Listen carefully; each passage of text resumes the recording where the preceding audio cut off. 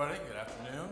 We're having a good time here at HRO Today. This has been my third or fourth time on an HRO event, and the organization always does a really nice job bringing together both the suppliers and the practitioners, and it's our pleasure to kind of give you an update on where Aspen Advisors is and our product Pando, which was the winner of last year's iTalent competition.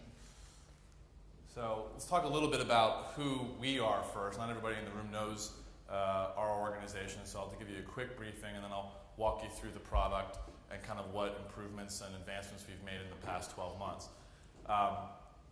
Aspen Advisors is first a human capital consulting organization. So our clients are usually very large-scale workforce solution providers. So that usually is a company that might have 50,000 people, or it's an HRO organization that does the outsourcing work for other organizations. Most of our clients are staffing or executing transactions in the tens of thousands or millions. A company that has 100,000 people is a normal account for Aspen, or they do 10,000, 15,000, 100,000 hires a year. That's very normal for us, which means that we need to be able to understand what they do, when they do it very quickly, which is why we're a big data play. We've had to be able to merge data from not one or two or three systems, and we have a launch actually next week that's actually merging 65 systems. And that's because they have data inputs from their customers, from their other stakeholders, third-party providers, and so on. So we've become very good at integrating data to reveal business outcomes. The platform, Pando, is what we've coined as this interface. It's an ecosystem that allows us to better understand what's going on in all these systems that we use every day. Even things like Outlook. We can actually pull in the calendars and analyze the calendars and see how people are using those kinds of features. And we can look at unstructured data. We can pull in all the resumes and the LinkedIn profiles and everything and do the analysis through there. It's very interesting to do both. In general, people sometimes call us Aspen, sometimes they call our product Pando. Just call us, right? But ultimately, there is this human capital consulting side to the business, and it has been since 2006. So first thing is we really have three different businesses. The first is talent analytics. So companies do tend to come to us and say, we're not quite sure what's happening with our talent, both inside and outside the organization as they acquire it and as they develop it. We produce solutions associated with that. Pando is it is what we use to help develop the solutions. It allows us to identify where the problems areas are, and then we go ahead and come up with a solution to provide. We also offer benchmarking. So one of the interesting things about Pando is we have lots of data. So we have hundreds of systems and hundreds of users who are feeding us data from applicant tracking systems, HRIS, SAP, Workday. They are sending us data from all over the place that comes into one system that we can then analyze and use standardized operating procedures to do benchmarking. So if you want to know how you're doing versus the industry or versus your competitors, you could ask them, or you could look at data that is actually coming from them. And so we have data coming in from all kinds of places that say, oh, you're a retail organization, and oh, by the way, did you know that you're doing this 20% more expensively than everybody else? How do you know that? Because we see their financial ledger. We see their operational data. We have their HRIS systems coming in through the system. Now, your organizations don't have access to that, but we do. So we serve as that broker. Recruiting efficiency is something that we've done for quite some time, where we take this information and we say, okay, you have to go out and staff to your organizations and get improving on that. So we go ahead and we look specifically at recruiting efficiency, because it actually is a high volume, dare I say, high waste activity. We throw away a lot of the data that we produce. In fact, if I look at the data we produce from our recruiting organizations, they'd leverage a lot less of that than, say, HR, right? We look at our employees, and there's a high capitalization what we do with our employees. We got 100 people who apply, we may hire one. So the capitalization rate is much lower. So let's go through this platform. Last year I showed this video, so I'll just go ahead and use the same one. The system has a dashboard functionality. It allows us to merge together data from any kind of system, disparate, that organizations have. Many organizations have an ERP system, like SAP or Workday. They also have HRIS, learning management systems, and so on and so forth. All that pulls together into the platform. What we do is we try to use some very grounded financial visualizations to make sure that people can see all this in one place. And so actually Workday did a really nice job actually setting this up, because obviously they do a really nice job with being a system of record. We agree with everything that she just said. This concept around being able to see your data, get into it, annotate it, comment on it, interact with it. We find that the problem that most of our organizations in the past year, actually 2 years, have faced is being able to make the data actionable. Getting the data is its own issue, trust me, it is its own issue. But and we've seen that quite a bit in the last year. We've had, over 100 accounts come in over the last year. So we are constantly integrating 5, 6, 10 different systems for each one of these organizations. And it is tremendous growth for us, which is great. But once they have this data at their fingertips, the management operating system has to change. Imagine all your managers actually know exactly what's going on in the business right now. No reports, just log in, see it, or don't log in. Many of our users actually don't log in at all. They get email alerts that tell them that they're coming off the rails, or text messages that send them to a report saying, did you know that you're going to be projecting to be out of compliance in the next 6 weeks? That usually gets your attention. So we've really designed the system over the last year to really accentuate some of those basic principles, being able to visualize your data and make it actionable. So where are we as of today? So this is out of our system. I went ahead and grabbed a bunch of tiles. You can see that from a previous screen, our visualization has changed quite a bit. So the way that people log in or they receive access to the tiles has changed. We have a different user interface. I'll show another picture of that. But ultimately, right now, we've got 419 organizations that have data flowing through the system. These are really big companies too. Some of them are small, but many of them are big. So it was difficult for us to come up with a total capitalization without having one of my associates do a bunch of research.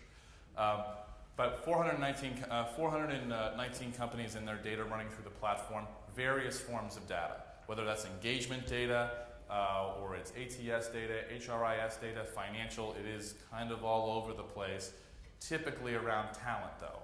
So the inputs that we're getting are consistently around talent acquisition, talent management, financial, and then some operational metrics, which is great because we can actually say, oh, your talent does this, but your safety records now say that, or your inventory turns say this and are changing. Our system allows us to be able to pull in that data from any system, not just HR or finance.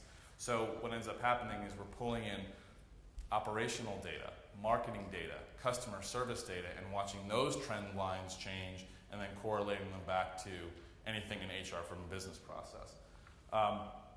Right now we have 419 recruiters. That's a typo actually, because there's no way there's only 419. So there's a lot more. There's clearly over 1,500.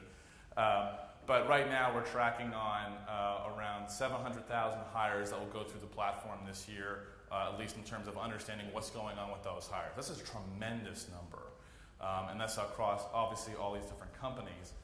The business intelligence tiles that we have in the system, and this is a business intelligence tile, right?